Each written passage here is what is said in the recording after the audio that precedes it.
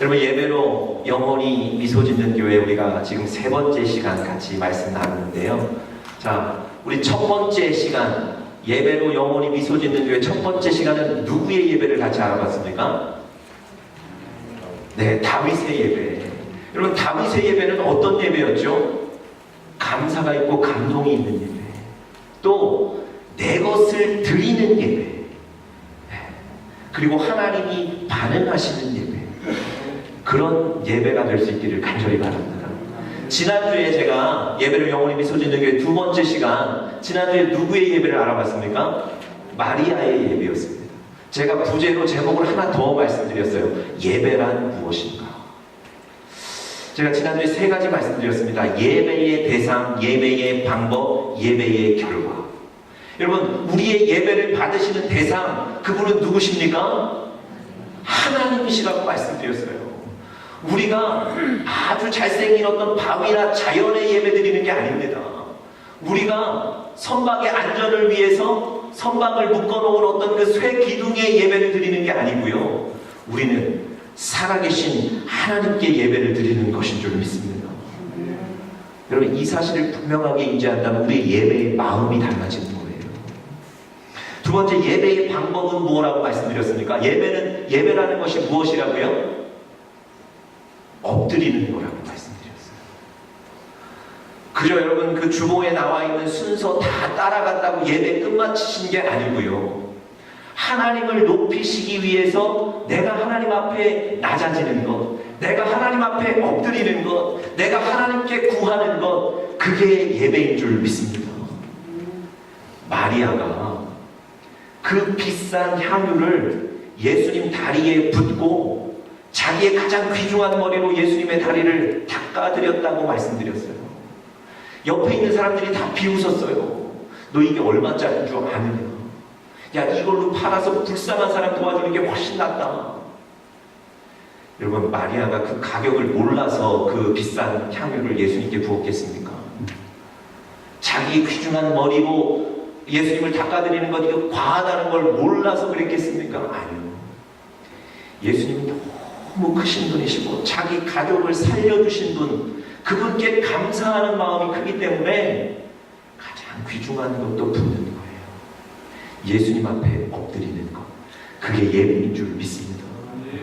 오늘 여러분과 제가 그런 예배 드려야 돼요. 네. 자, 마지막 세 번째, 예배의 결과는 무엇이었다고요? 하나님은 이렇게 예배하는 자들을 뭐라고요? 찾으시느니라, 그렇게 말씀하셨어요. 하나님은 예배하는 자를 만나주시는 줄 믿습니다. 오늘 여러분과 제가 예배 드리고 있잖아요. 이 예배를 통해서 하나님이 여러분과 저를 만나신다니까요. 아니, 세상을 창조하신 그분이 예배 드리는 우리를 찾아오시는 줄 믿습니다. 여러분, 그 예배라면 얼마나 귀중합니까?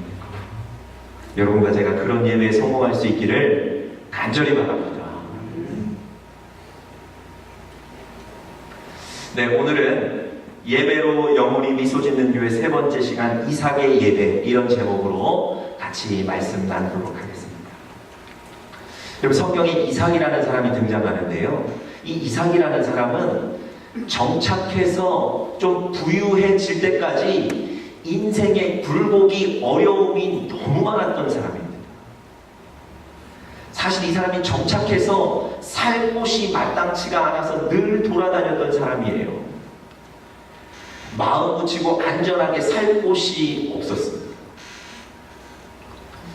자신의 아내 리브가를요, 어느 곳에 가서는 누이라고 속이기까지 했습니다. 왜냐하면 자기 아내가 너무 그 미모가 뛰어났기 때문에 자신의 아내라고 소개하면 자신이 혹시 해를 당할까, 그렇게 거짓말하면서도 살았습니다. 여러분, 비참하지만 자신이 힘이 없으니까 두려운 거예요. 불안한 거예요. 그런 인생을 살았습니다. 여러분, 그렇게 좀 살다가 인생에 좀 이제 문제가 잘 해결되고 좀 좋은 일들이 많아서 살만 하니까 또 방해 세력들이 나타나서 그 인생을 막습니다. 언젠가는 농사가 잘 돼서 형편이 좀 나아질만 하니까 그 주변 사람들이 시기하고 질투해서 이 이삭을 그냥 두지를 않는 거예요. 어느 날은 땅을 팠더니 샘의 근원을 발견해서 우물을 발견한 거예요. 그래서 이제 또 살만하다 싶었더니 또 이웃들이 시기하고 질투해서 우물을 막아버립니다. 강제로 내쫓아버립니다. 여러분, 이 이삭의 얼굴에 웃음이 있을 수 있었겠습니까? 아니, 이 이삭의 마음에 좀 평안함이 있을 수 있었겠습니까? 늘 그렇지를 못하던 인생입니다. 그런데 오늘 우리가 25절까지만 읽었지만 26절 이후부터 보시면 놀라운 변화가 일어납니다. 이 이삭을 내쫓았던 그 블레셋의 왕이 직접 이삭을 찾아와서 미안하다고 사과해요. 뿐만 아니라 평화 협정을 맺어서 이삭과 이삭의 가족을 안전하게 보장하겠다고, 안전하게 살게 하겠다고 안전을 보장해 줍니다. 여러분, 이때부터는 이삭의 얼굴에 웃음이 좀 생겨날 수 있지 않았겠습니까? 이삭의 마음에 좀 평안이 생겨날 수 있지 않았겠습니까? 여러분, 어떻게 이삭의 인생에 이런 큰 변화가 일어났을까요? 여러분, 오늘 성경에 보니까 이삭이 예배드린 직후에 이런 일들이 일어납니다. 이삭이 예배 드렸을 때 하나님이 그 예배를 받으시고 이삭의 인생에 이런 큰 변화를 주셨습니다. 여러분, 오늘 여러분과 저도 예배로 영혼이 미소 짓는 교회, 그런 말씀을 나누고 있는데요. 그것이 단순히 여러분과 제가 이렇게 됐으면 좋겠다 싶은 소망이 아닙니다. 하나님은 성경에서 분명하게 예배로 이삭의 영혼을 미소 짓게 만드신 줄 믿습니다. 여러분과 저의 예배를 통해서도 오늘 하나님이 그런 복을 주실 줄 믿습니다. 여러분, 솔직히 한번 스스로에게 대답해 보세요. 지금 마음이 좀 어떠십니까? 평안함이 있으세요? 막 웃음이 있으세요? 네, 그러시면 다행인데 아직도 어떤 문제들 때문에 평안함이 없으시다면 오늘 예배를 통해서 하나님이 이삭에게 웃음을 주셨던 것처럼 여러분과 저에게도 이런 웃음을 주실 수 있기를 간절히 바랍니다. 우리의 영혼이 회복될 수 있기를 간절히 축복합니다. 사람은요, 누구나 자기가 누구인지에 관련된 정체성을 갖고 있습니다. 그래서 자기의 삶의 모습을 통해서, 행동을 통해서 자기가 어떤 사람인지 정체성을 드러내게 되고요. 다른 사람들은 자신의 그 행동을 보고 아, 이 사람은 뭐 하는 사람이구나 알게 됩니다. 예를 들면요, 경찰관은 범행의 현장에 뛰어들어가서 범인을 잡고 문제를 해결하고 시민의 안전을 보호하죠. 그런 모습을 보고 다른 사람들이 이 사람은 아, 경찰이구나 알게 되는 거예요. 그리고 소방관은 어떻습니까? 그 위험한 화재 현장에 뛰어들어가서 화재를 진압하는 거예요. 그리고 시민의 안전을 보호하는 거예요. 아, 그런 사람을 보면 아, 이 사람은 소방관이구나 알게 되는 겁니다. 교사는 학생을 가르치는 모습을 보여주면서 그것을 통해서 이분은 교사라는 걸 알게 되고요. 배우고 있다면 그 모습을 통해서 아, 이 사람은 학생이구나 알게 되는 겁니다. 여러분, 여러분과 저는 하나님의 자녀라는 분명한 정체성을 지닌 사람들입니다. 우리는 그리스도인이고요, 하나님의 자녀입니다. 그렇다면 우리도 이 정체성을 분명하게 드러낼 텐데, 여러분, 어떻게 여러분은 이 하나님의 자녀라는 정체성을 드러내고 계십니까?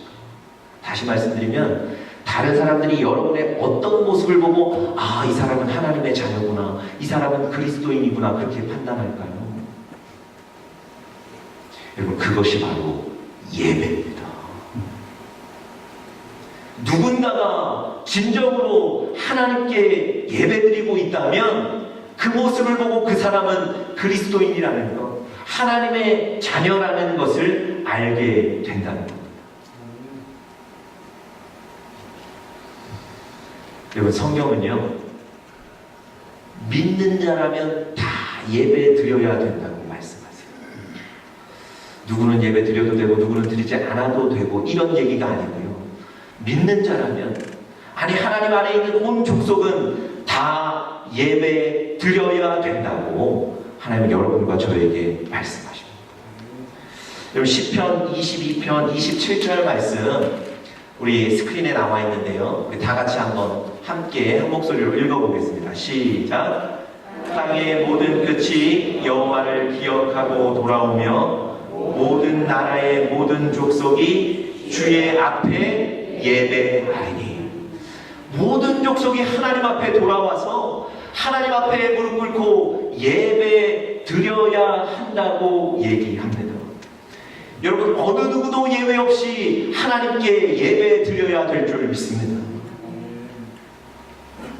여러분, 오늘 이 시편 말씀을 통해서 우리가 하나님 앞에 예배 드려야 되는 존재라는 거 얘기하고 계세요.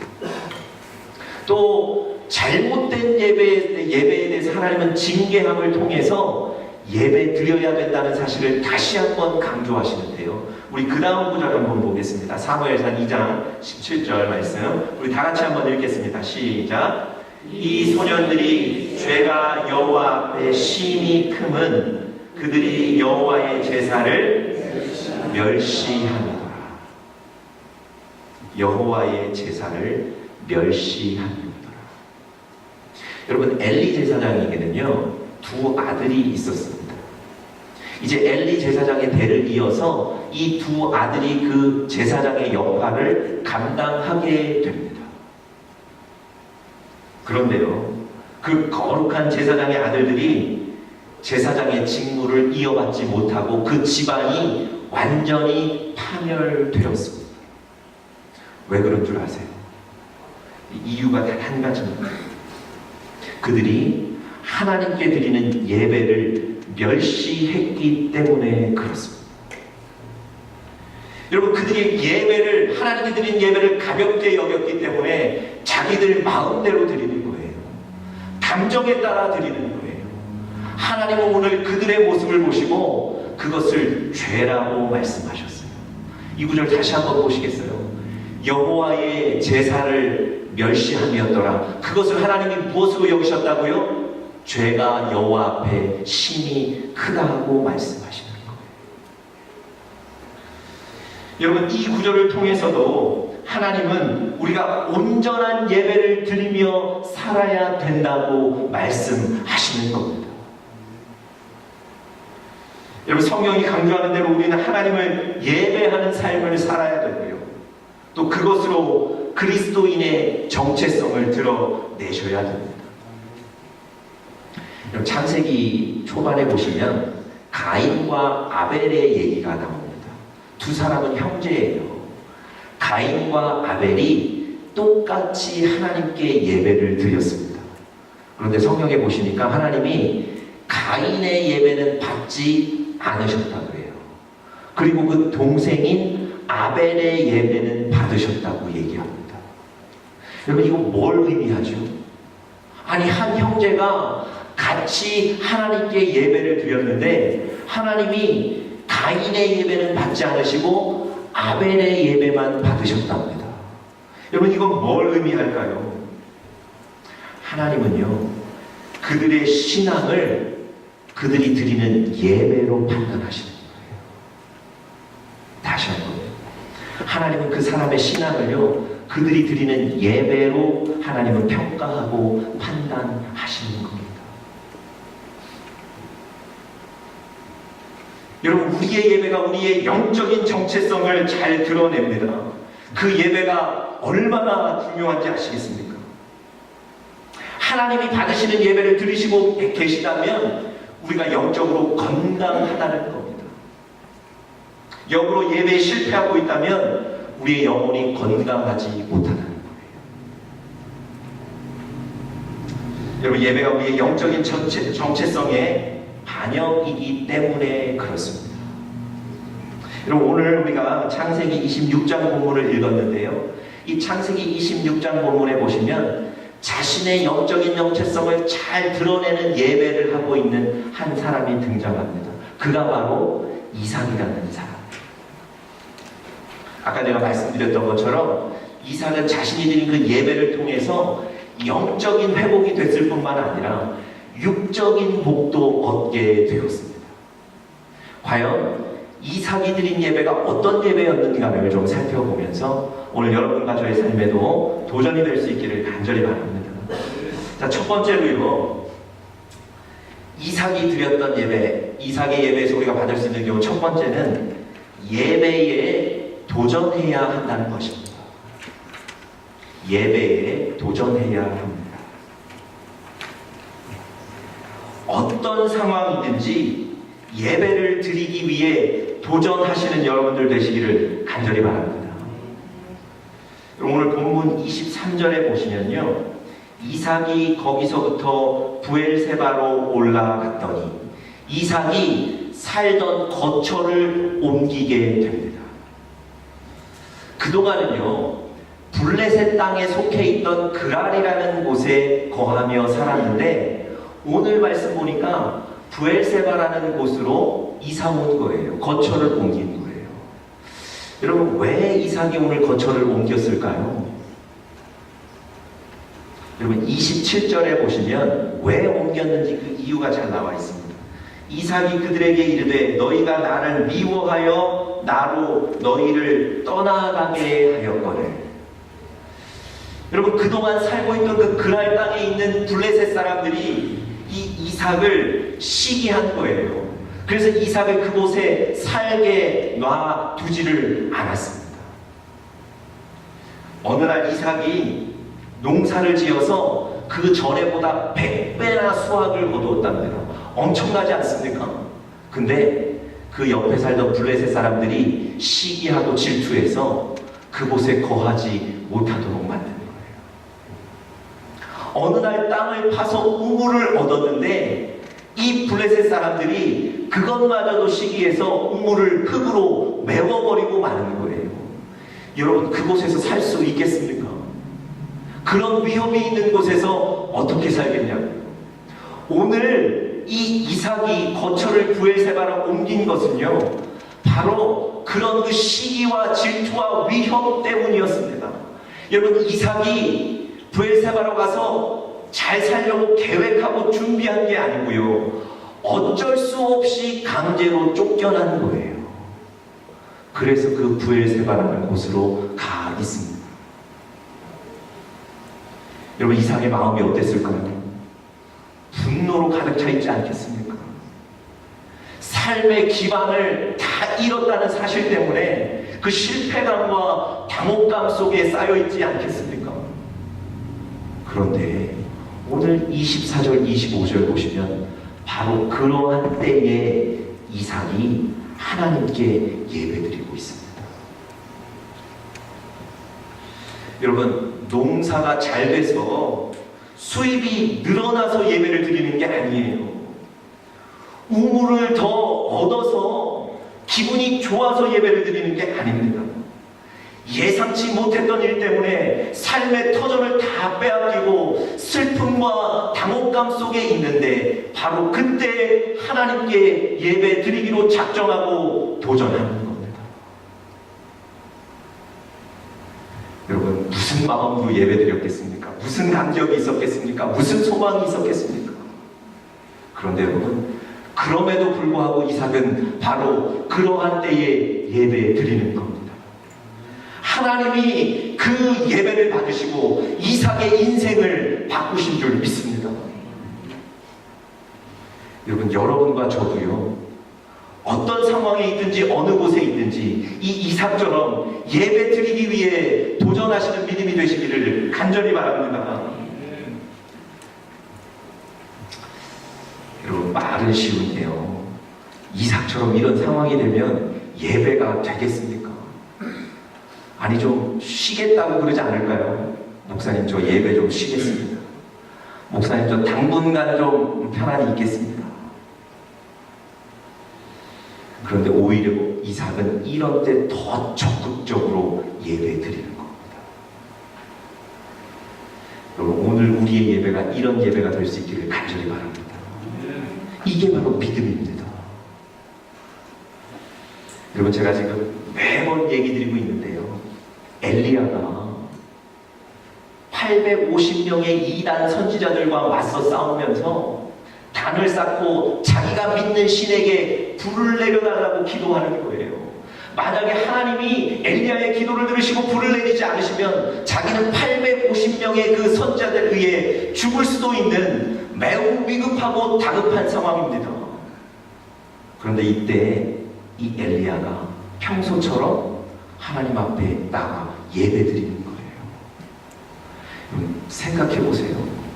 지금 당장 불이 내려오지 않으면 나는 죽을 수도 있는데, 그럼에도 불구하고 이 엘리야는 아침 저녁으로 평소에 드리던 그 예배를 그 시간에도 나가서 드리는 거예요. 하나님이 그 예배 드릴 때에 하늘에서 불을 내리셔서 그 단을 다 태우신 줄 믿습니다. 예배에 도전하십시오. 여러분, 여호수아라는 사람이 모세의 뒤를 이어 이스라엘의 지도자가 됐어요.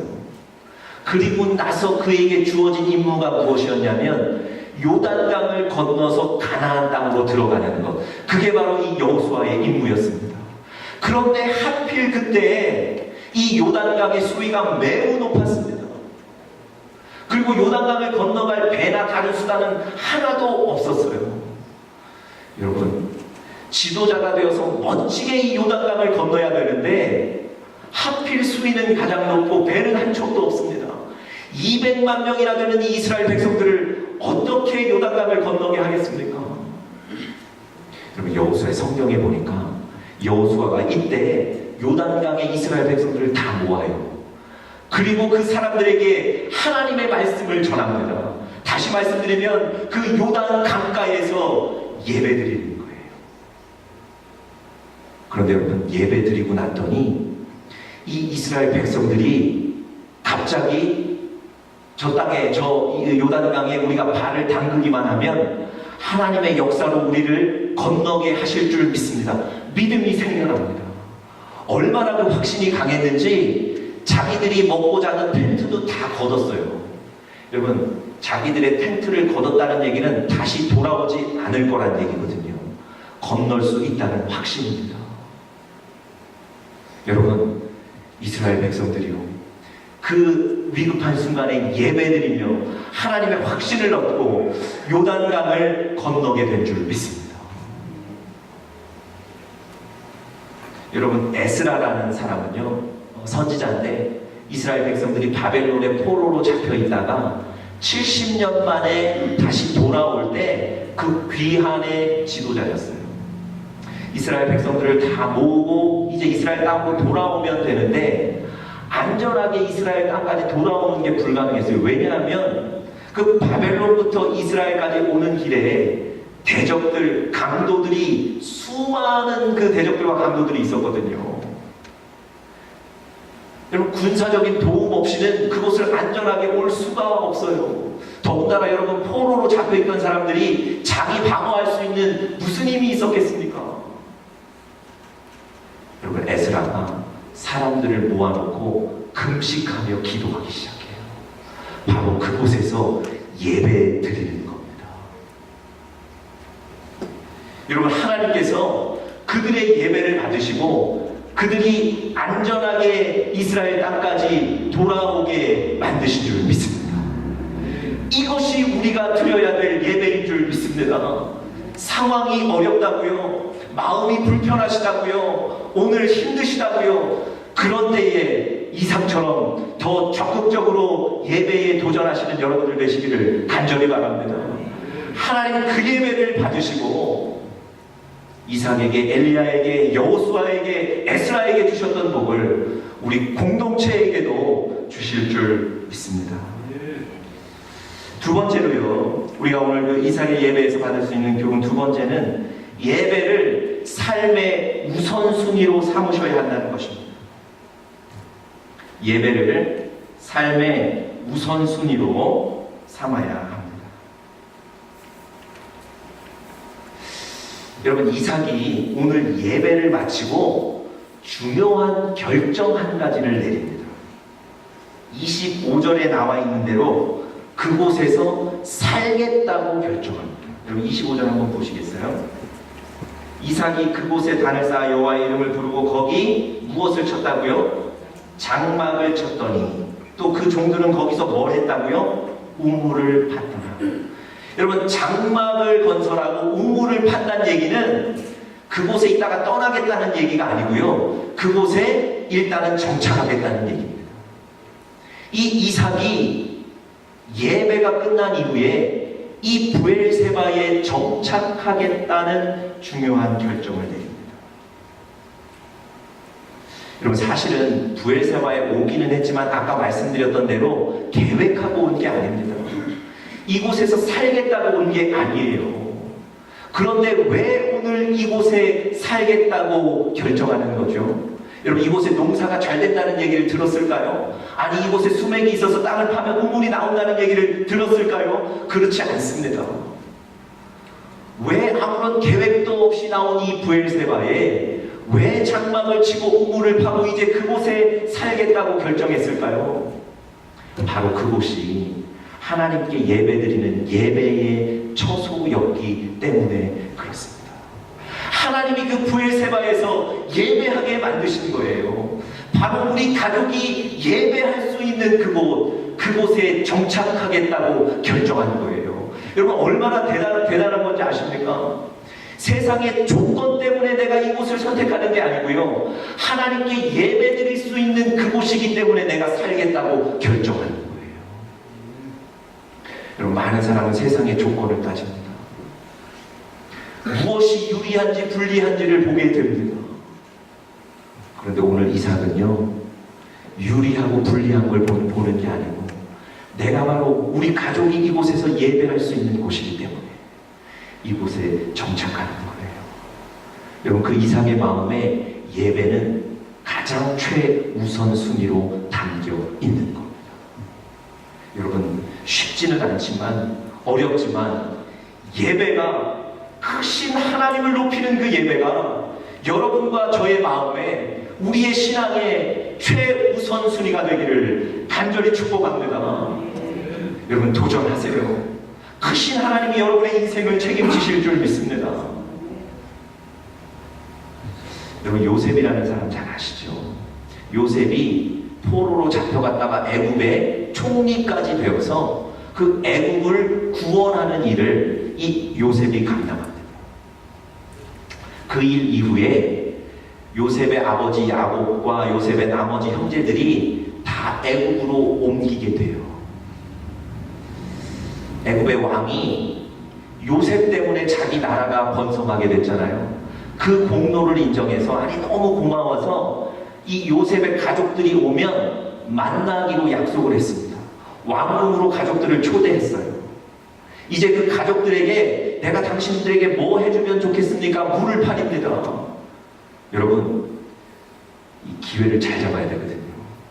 왕이 모든 걸 주려고 나를 부르는데 뭐라고 여러분 대답하시겠어요? 내가 뭐 해주면 좋겠습니까? 애굽 한 복판에 금싸라기 땅에 건물 좋은 집 주십시오, 뭐 이런 얘기 해야 되지 않겠어요?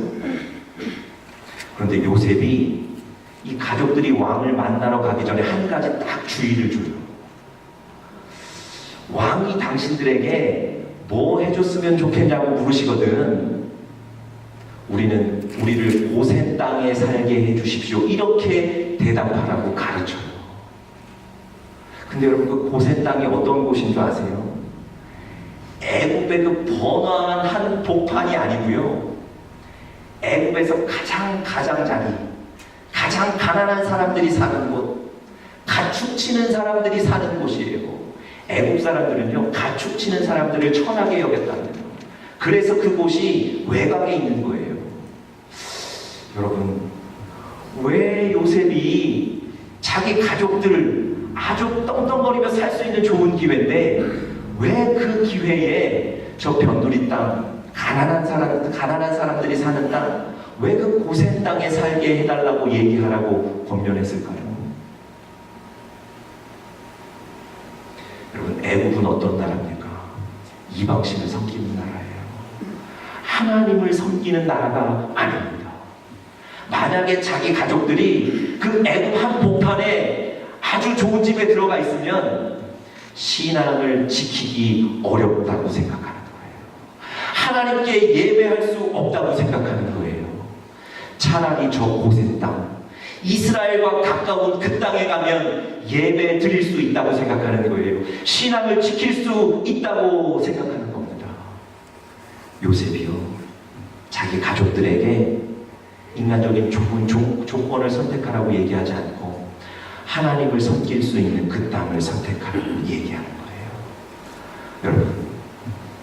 여러분과 제가 그 크신 하나님을 높이는 그 예배를 가장 최우선순위로 두고 살아가는 우리 영적인 가족들 되시기를 간절히 축복합니다. 여러분, 손해보실 것 같죠? 그러면 막 억울하실 것 같죠? 여러분, 크신 하나님이 여러분을 그렇게 두시겠습니까? 크신 하나님을 예배하기 위해 선택하신 여러분들을 하나님이 책임지실 줄 믿습니다. 마지막 세 번째로요, 예배에 주신 말씀을 적용해야 합니다. 우리가 이삭의 예배를 통해서 배울 수 있는 세 번째 교훈은 예배에서 주신 말씀을 우리 삶에 적용해야 합니다. 여러분, 24절에 하나님은 24절, 25절이 오늘 이삭의 예배인데요. 오늘 24절에 보시면 하나님께서 이삭에게 한 가지 분명한 약속을 해주셨습니다. 24절 다 같이 한번 읽어보겠습니다. 시작. 그 밤에 여호와께서 그에게 나타나 가라사대 나는 너의 아비 아브라함의 하나님이니 두려워 말라. 내 종 아브라함을 위하여 내가 너와 함께 있어 너에게 복을 주어 너의 자손으로 번성케 하리라 하신지라. 여러분, 자신은 지금 막 그 쫓겨나고 삶의 터전 다 잃어버리고 나온 사람인데, 그런데 하나님은 나타나셔서 뭐라고 말씀하신다고요? 너에게 복을 주겠다는 거예요. 아버지 아브라함에게 약속했던 그 복을 너에게 여전히 주겠다는 겁니다. 이 말씀을 받은 거예요. 그리고 나서 이 이삭이 무엇합니까? 예배가 끝나고 난 뒤에 25절 보니까 종들이 거기서도 우물을 팠더라. 잘 보세요. 여러분, 아무데나 땅을 판다고 물이 나옵니까? 샘의 근원을 얻는 일은 쉬운 일이 아닙니다. 더군다나 새로 이사 온 곳이기 때문에 샘의 근원이 어딘지, 이 땅이 어떤 땅인지 알지도 못하는 거예요. 그런데 하나님께서 예배를 통해서 너의 가족을 자손의 복을 주겠다고 약속하신 거예요. 하나님의 음성을 듣는 거예요. 여러분, 그 당시에 복을 얻고 자손이 살기 위해서는 물이 있어야 되거든요. 그 예배 하나님 주신 말씀을 따라서 또 땅을 파기 시작하는 거예요. 여러분, 오늘 뒤에 말씀을 계속 읽어보시니까 그곳에서도 샘의 근원을 얻었더라 성경은 기록합니다. 여러분, 하나님의 말씀을 듣고 그 말씀을 그대로 적용할 때 하나님의 역사가 그곳에 나타나는 줄 믿습니다.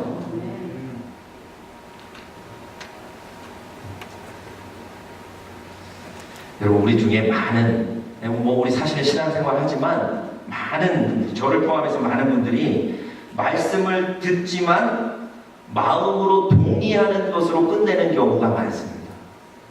말씀을 듣는데 고개 끄덕이고 맞아, 좋아, 그러고는 끝내신다고요. 여러분, 그 복음서에 보시면 씨 뿌리는 자의 비유가 있어요. 예수님이 말씀의 씨앗을 뿌리시고 그 씨앗을, 말씀을 받는 사람들의 마음밭이 어떤지를 나타내는 그 비유하는 씨앗의 비유인데요. 씨 뿌리는 자의 비유인데요. 첫 번째 언급하는 사람이 어떤 사람이냐면 길가에 있는 사람이에요. 길가에 있는 사람은 말씀을 듣기는 하되 수용하되 적용할 의지가 없는 사람입니다. 여러분, 생각해 보세요. 말씀의 씨앗을 뿌렸는데 길가라 받기는 받았어요. 그런데 금방 없어지는 거예요. 듣기는 듣되 적용할 의지가 전혀 없는 거예요. 말씀을 듣고는 나중에 생각해 보겠다고 서랍에 딱 넣어놓고 방치하시는 분과 똑같습니다. 여러분, 이런 분이 말씀의 열매를 경험하지 못하는 것은 당연한 거예요. 그럼 누가복음 8장 12절 말씀에 잘 그 구절을 설명하는데요. 우리 스크린 통해서 한번 같이 읽어보겠습니다. 시작. 길가에 있다는 것은 말씀을 들은 자니 이에 마귀가 와서 그들로 믿어 구원을 얻지 못하게 하려고 말씀을 그 마음에서 빼앗아간다. 여러분 잘 보세요. 길가와 같은 마음을 갖고 계신 분은 말씀을 듣는다는 거예요. 듣기는 들어요. 그런데 이에 마귀가 와서 그들로 구원을 얻지 못하게 하려고 말씀을 빼앗아 간다는 거예요. 여러분, 악한 사단도요, 하나님의 말씀에 능력이 있다는 건 알아요. 그 말씀을 그대로 놔두면 저 사람이 하나님의 능력을 경험한다는 걸 알아요. 그래서 얼른 그 사람이 적용하기 전에 그 말씀을 뺏어 가는 거예요. 여러분, 하나님께서 예배를 통해서 우리 공동체에게, 여러분 개인에게 주신 말씀이 있다면 절대 서랍에 넣어놓고 나중에 생각해 보겠다고 하지 마시고요. 주신 말씀 그대로 적용하며 사시는 여러분들 되시기를 간절히 바랍니다.